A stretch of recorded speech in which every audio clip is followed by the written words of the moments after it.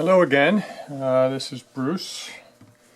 I am going to spend a few minutes talking about how to transform white plaster rock castings into something that looks a little bit more like a realistic rock in 3 easy steps.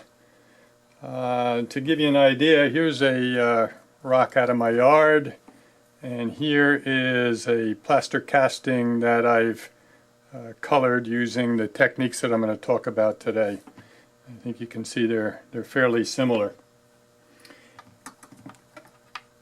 I was doing this because I just gave a workshop to a 4-H group here in New Jersey.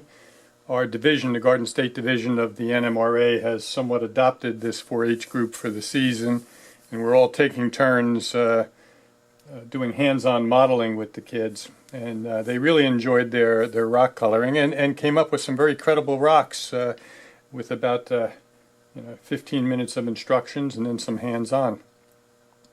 I do mine a little bit different than Woodland Scenics does in their videos, how-to videos.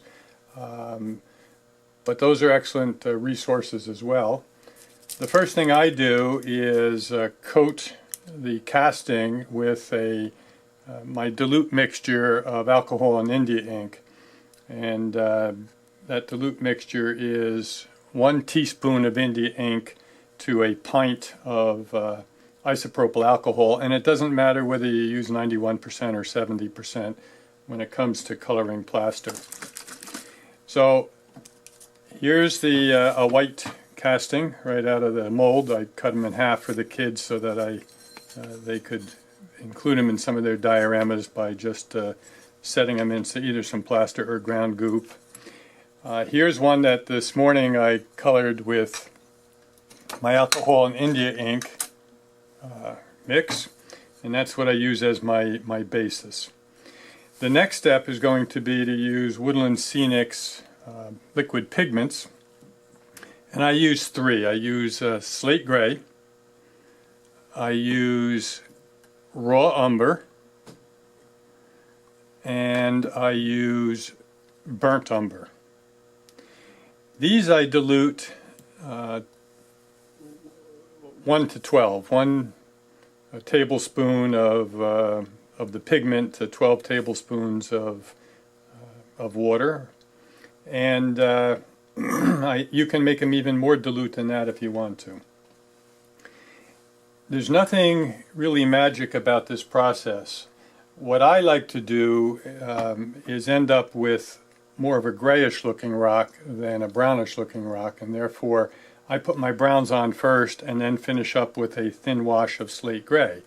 If you want your rock to look more brownish, then put the slate gray on first and then do your overwash with one of the umbers. But for me, I'm going to use a sponge applicator, and I'm just going to start with the burnt umber and just put some dabs here and there onto my casting and let them soak in. Now, I had put my alcohol and India ink on this morning, and it's well dry. If you're doing this all at once, you can have an old hair dryer ready, and if you put your alcohol and India ink on and then hit it with the hair dryer, you'll be ready to do your next steps. And again, it's just dab here, dab there. Now I'm with my raw umber.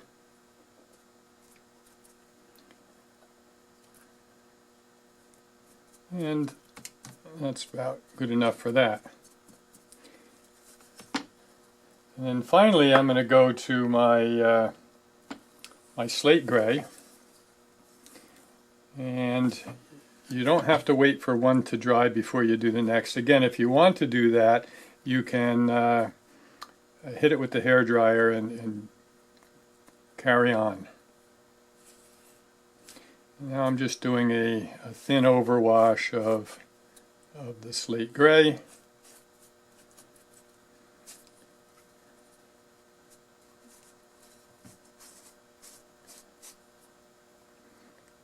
And you can kind of control what you're doing here, so if you want some brown to show through, don't go too heavily over the brown areas. Now I'm going to let that dry.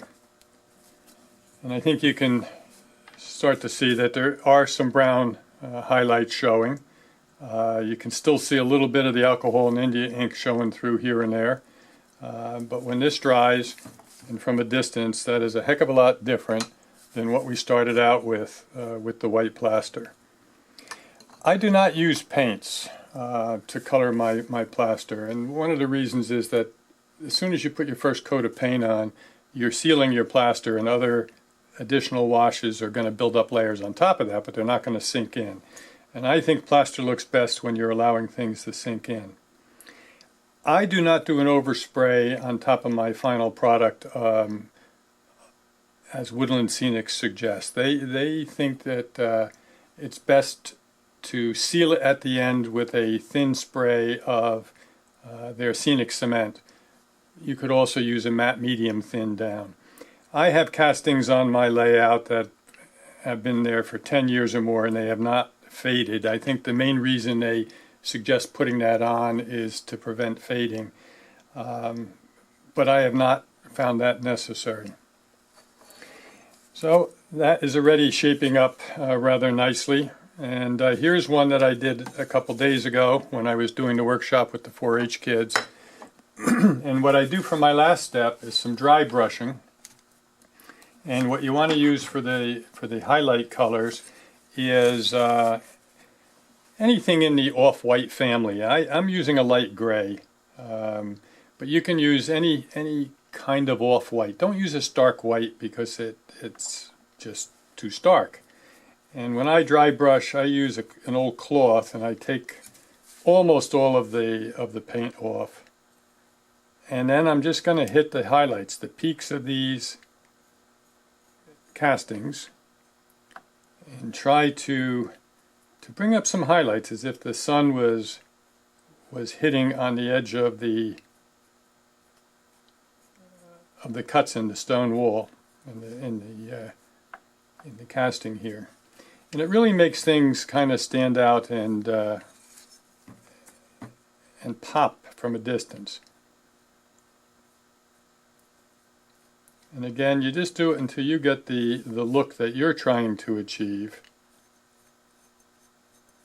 But I would suggest that you finish up your coloring of rocks with a dry brushing, because it makes a significant difference when viewed from a normal distance on a layout. It really does, compared to one that you haven't highlighted with dry brushing.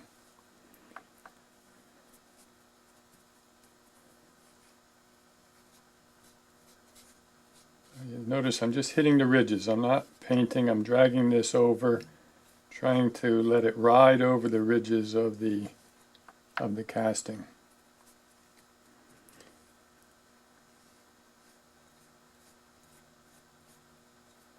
The only mistake you can make when you're dry brushing is leaving too much paint on your paintbrush, and so really take almost all of it off. The worst case scenario, if you don't have enough on, is you go over it again. But if you put too much on, it's not so easy to rectify.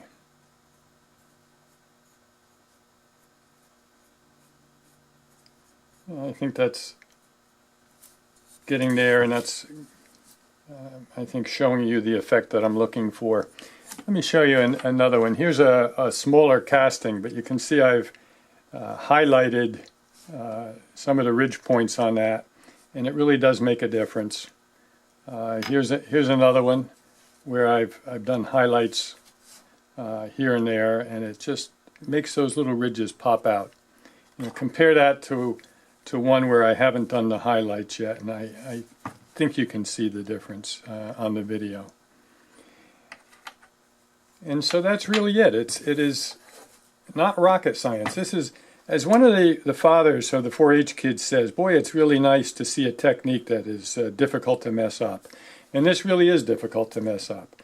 If this looks like too much brown, you just go over it with another wash of the slate gray. And that's it. If you haven't given rock casting a try yet, and you haven't colored them, just give it a try. It is really a very simple three-step process. Hit it with an A&I wash, put on some dab on your washes of the Woodland Scenics pigments, and then do some dry brushing. And that's it.